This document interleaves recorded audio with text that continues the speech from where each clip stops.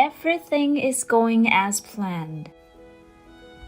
As I went to the house to pick up something I had forgotten, my husband's voice came from the living room. Your wife should be on her way to the other side soon. My mother-in-law says, I can't believe they despised me so much that they wanted to murder me after living with me for so long. Normally, I would have questioned my husband and mother-in-law right away, but I didn't dare to do so because of my profession. I began my fight to expose them for the evil they had done the next day.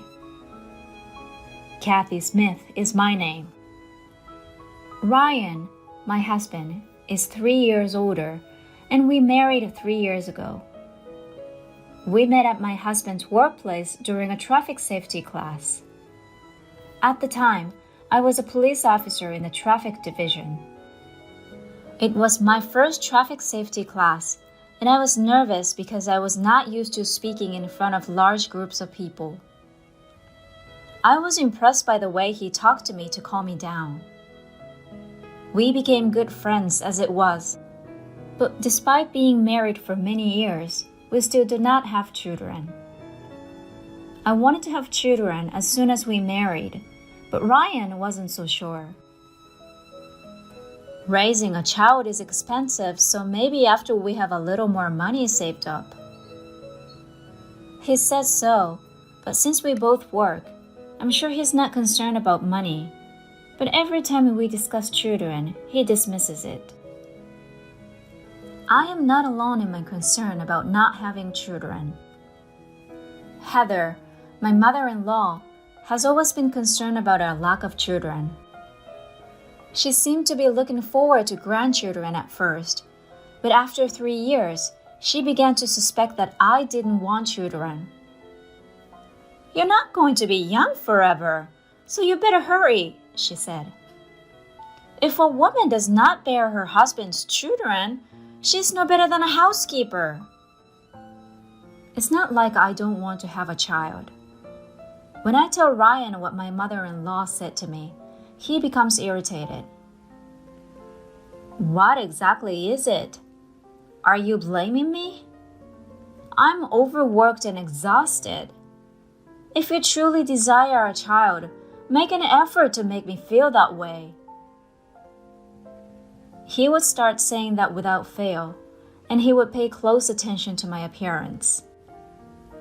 Anyway, his tastes don't suit me, and he prefers girls who dress younger. Furthermore, no matter how many times I tell him that I can't be too trendy because I don't know when I'll be called away for work, he doesn't get it. A wife who does not dress well is an unfit woman. You should think about it before complaining to me. I had no idea my husband, who had been so sweet to me before, had such terrible ideas, and I regretted marrying him. My department and work schedule changed 2 years into our marriage. It became increasingly difficult to time my husband's day off with mine, and we spent less and less time together. I knew it wasn't good for us, and even when we finally managed to schedule our time off work together, Ryan made plans with someone else. You're canceling again. You promised last week that we'd go to the movies today. Some girls at work invited me to go fishing yesterday. They said they couldn't put the bait on the hook because they were afraid. I apologize. It's part of my job. Despite his words of remorse, he has a grin on his face. As a result of my husband's selfishness, my much-anticipated plans were betrayed at every turn. I was in a bad mood and wanted to spend my day off at home. But then my mother-in-law would show up without an appointment at my house. Oh, Ryan isn't here? He went fishing. Some girls from work asked him to accompany her. I guess he'd rather play with other girls than be with you. I don't want to deal with my mother-in-law, who can say such things to me and act like she doesn't care. but I can't just leave her alone and go out. So my days off would end with her sarcastic remarks like this. You don't appear to be able to have children. You need to be more proactive. You're his wife, right? I'm doing my best as well, but it's about money, and Ryan isn't thrilled about it. Because of finances? So, how much money do you make now? I hesitated to tell her about private matters, even if she was my mother-in-law. When I told her a little less than my actual pay, she sneered, with a disappointed expression on her face. Oh my, it's surprisingly less than I thought. After all, I'm a civil servant. With such low wages, how can you want to have children? What on earth was she comparing them to? I wish she would not compare a wealthy individual to a civil servant. However, something about my mother-in-law's demeanor felt strange at the time. And the doubts I was experiencing at the time were only the beginning of the story that was to unfold. My mother-in-law began to openly bully me after that day. Her visits to my house have increased to the point where I see them half the week. When I got home from work one day, my mother-in-law entered the house using her own key and was cooking dinner. Oh my, you're a wife, but you prioritize work over family. It must be wonderful not to have children. Perhaps it was because of my sarcastic mother-in-law's meals, but I was always sick after eating. She would wake me up once when I was sleeping after a night shift. How long do you intend to stay in bed?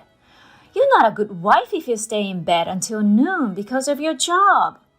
This will make a man want to go out and find someone else. She then forced me to eat breakfast. As a result, I gradually discovered that nothing I ate tasted good, and in some cases tasted bitter. After more than a month of this, I was so tired from stress and lack of sleep that I had to go to the bathroom right after eating. When Ryan saw my tired face, he became annoyed rather than concerned. I'd feel down too if you made such a sour face at home. You have been slacking by delegating housework to my mother, so you should at the very least be sociable. She only visits when I'm too busy to do the housework, and she's always sarcastic. You're well aware of this, aren't you? Despite my warnings, he ignored me and continued to watch TV. He refused to listen to what I had to say. Instead, he kept laughing at the TV show, and my rage erupted. Ryan, you don't look at me when we talk anymore. You've started canceling plans with me even on holidays. Are you having an affair? That's a horrible accusation. My husband raised his voice in response to my words. I have a business matters. How can you say that without knowing how difficult it is? You only feel that way because you're the one who's cheating on me. He turned red and spoke in a firm tone. I was too stunned by the power of his words to respond. Furthermore, my husband took it out on the vase on the table, knocking it to the floor and sending shards flying at my feet. You don't have to go this far. That was the first time I had felt threatened by my husband. Such incidents have occurred on numerous occasions since then, and simply being at home with my husband has made me feel uneasy. I had to leave the house for a few days for work one day. I left for my business trip, but I realized I had left my important notebook at the door and forgotten about it. So I hurried back home. It's so nice of you to go on a business trip without doing any housework, isn't it? I was told the day before. I felt awkward seeing my husband because we had argued the day before and left the house. So when I got home, I opened the front door slowly so as not to make a sound. I discovered my mother-in-law's shoes there. I was about to walk away when I overheard them conversing. I got the thing, and so far everything is going as planned. Your wife is going to die soon. That's correct. However, it's not as effective as I thought. She's been going to the bathroom after every meal, so I guess it's about time. The conversation took my breath away. I couldn't believe what I was hearing. What exactly does she mean? I quickly took out my voice recorder, which I always keep with me, and began recording. Unaware of what I was up to, the two in the room were upbeat and talking loudly about their crazy plan. Should we increase the amount of the life insurance policy? That way, we'll be able to pay off Mom's debt, right? I'd be extremely grateful. You won't have to look at that ugly girl every day too, then. I held my breath in surprise. I can't believe they think of me like that, even if they don't like me. In addition, I could hear him saying, "She's a police officer, but in the traffic department, so she'll never find out about it." I gradually became more angry than sad, vowing vengeance on them. On my business trip, I kept thinking about how I could get back at my husband. A colleague who was with me was concerned about my glum expression, and when I complained to him, he gave me some unexpected information. He told me that a drunken man had caused a commotion at a club a while ago, and when he arrived, he discovered that the drunken man was Ryan. He said that he recognized my husband's face right away because he was at my wedding. "This is my girlfriend," he exclaimed. "I'll beat up anyone who tries to touch her." Ryan was so drunk, hugging the female workers and kicking the table. But he wasn't drunkenly saying this. He actually appeared to be in a relationship with her. I suspected he was cheating on me. Everything my husband had done up to that point made sense to me. I wasn't surprised as I was shocked, but I was motivated to conduct a thorough investigation into my husband's affairs as well. Watch out, I'm not going to let this go. A week later, my husband abruptly began speaking to me in the same friendly tone he used when we first began dating. I was expecting him to have a hidden agenda, but instead he handed me a document. "Kathy, you always give your all in your dangerous job as a police officer. I admire you as a husband, but I'm concerned about you." What a pleasant surprise. It was a life insurance application. I was convinced that he was considering carrying out the plan. Even so, I wanted to believe Ryan one more time. "Do you really believe that? Is it possible that someone will try to murder me? Would you be concerned if that happened?" I locked my gaze into his.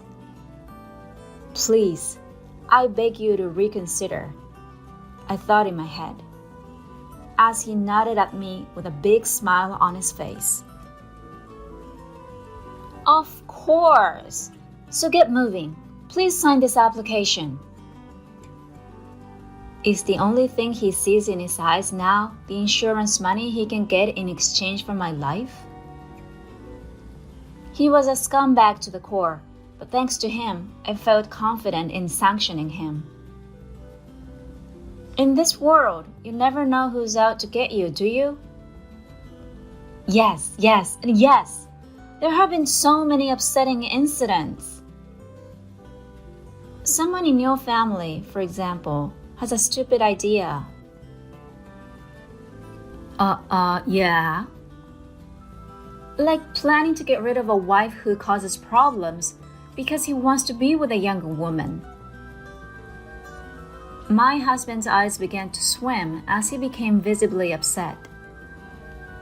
His debt-ridden mother tempted him to take out an expensive insurance policy on his wife and kill her. Wait a second. What the hell are you? In front of my husband, I play the voice recorder. When I play the voice recorder in front of my husband, his face distorted and became ugly as his mother-in-law's conversation and vulgar laughter began to flow out. Hey, what's up this recording? I happened to overhear it. Thank goodness I have a voice recorder. I wouldn't have it if I'd spent my entire life working in traffic.